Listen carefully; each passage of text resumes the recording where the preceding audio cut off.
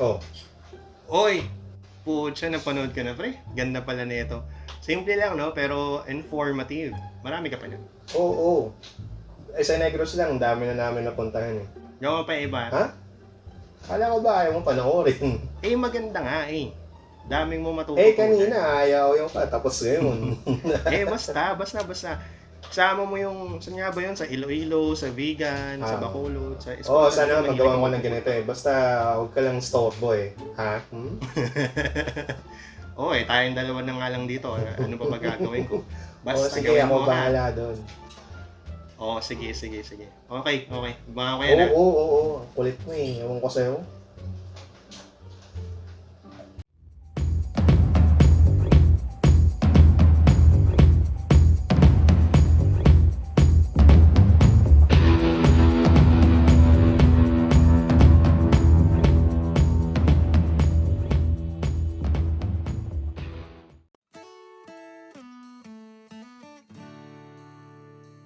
Like this one.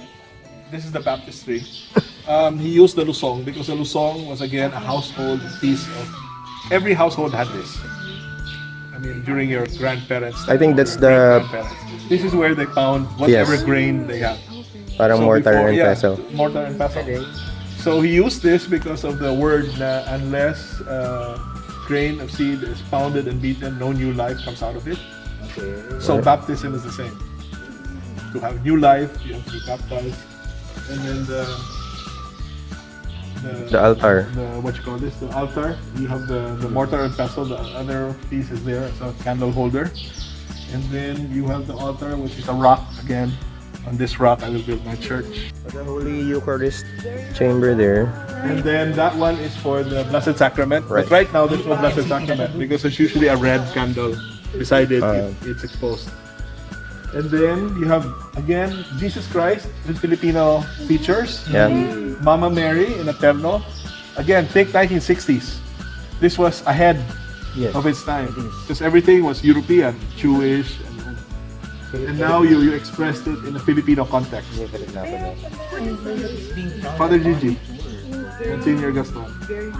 I mean, if you have a chance to sit down with him and talk about the faith and Filipino history, he knows a lot. And then you notice the floor, it's very rough. He used the sand from the beach, which has salt, mixed it with the cement, and then let it dry. The reason he wanted a rough finish was to remind man Yes. that we are imperfect, and unless we go through him, we'll never achieve perfection. So it's a humbling.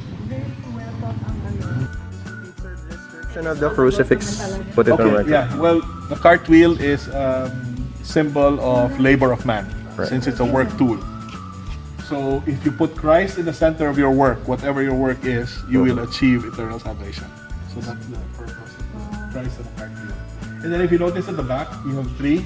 You have God the Father in the center, God the Son, where the sacrifice of the Mass is celebrated, and then God the Holy Spirit, who inspires the reading on the left. Okay. And this is not just I love Jesus.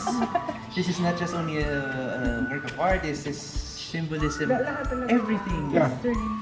And then another thing that you'll know that this was built under the principles of Vatican II. There are 16 pillars to symbolize the 16 books of Vatican II. So it's historical. It's like if there's another Vatican III, they can say, okay, that's Vatican I. This is Vatican II. This is so you understand the evolution. So everything that's put in the church serves as symbolism. Of Vatican II. Right. During the change from Vatican I to Vatican II. And it's not like you changed it, the truth is changed. It's just enhanced. It's like what Pope Francis is doing now. Right. He's not changing the principle, he's not changing the beliefs. But it's He's adapting just to the updating it right. so people will understand You it. just want to make it relevant. Relevant to us, yeah. Exactly. But it's the same. It's never changed. Only people change it. Exactly. It's the people. Talaga. See, do you have any? Do you have plans for this to be declared as a national cultural treasure? Plans? No. I mean, But are you we're open? open. We're open. Okay. Yeah. If someone recommends or nominates it, Yeah, kasi kasi it has full of history. No, we can assist you. Vernacular architecture. It is Yes. really- Oh yeah, it is vernacular architecture. I mean, when this was constructed, the bayanihan, the community, each family made their own base, Sir, the director of the National Museum Ooh, Jeremy Burns. Jerry Barnes. Okay, we're doing this. If this were in Father Gigi's time, we wouldn't be allowed. This was like private. It's like invading your own home. So walang declaration talaga ano, So wala, it's like national but now, cultural since they're treasures. older, they're more open to it than before. I remember 20 years ago we would talk about doing tourism here. We were told to shut up. Bawal. Bawal, yes, bawal. bawal. And said, you should put a marker here, a stone or whatever, and then start it with the Latin opening of the Mass, prayer, and then the Ilonggo translation at the bottom. I learned my hiligay from the Bible, and I guess that's part of this one because the best reference for you to know how to speak a foreign language is to read the Bible. Back in the words old days, they use, right? That they use. Right. And if you talk to Father Gigi, you can ask him, when they were translating it, you know who the head was of the committee? A Spaniard. So all of them Filipino priests were arguing with him, how can you say you know better than us? So they would argue over what word to use, because it has to be put in the right context. You use a different word, then it will mean something else. The message of the word is changed. So but they went through a lot of until they finally agreed. Okay, this is how it's translated. Because it was my basic book. When I was at high school, why kuya kabalo maghiligay time. But when I read the Bible in Hiligay ng New Testament, Father told me you have to read the Bible because you have to learn from that. Do you have the dictionary? It's written by a priest. It's a brown big dictionary of English to Hiligaynon. Look for that one. I noticed the bell. Okay. It's, okay. I told you about the Muslim features. Right. Okay. That one, and then the bell before was here. Was a Muslim gong. Oh. Okay. Again, so if you're Muslim, you see a gong, you'll feel welcome, no? Because it's something familiar to you.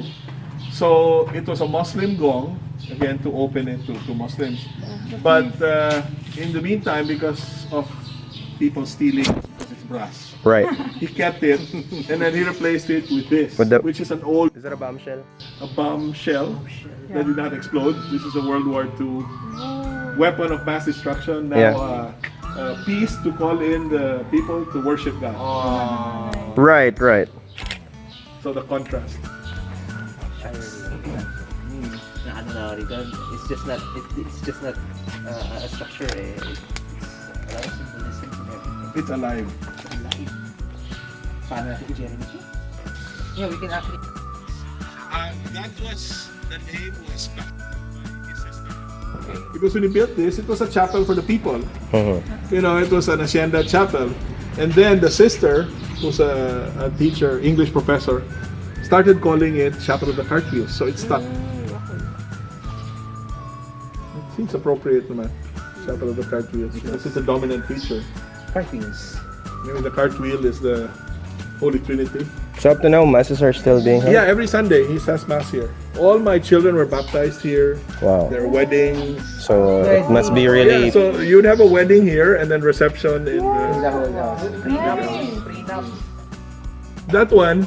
It's not publicized yet because it's friends lang or relatives. But eventually, when we have the facilities, we'll open it up to the public for if you want to get married here.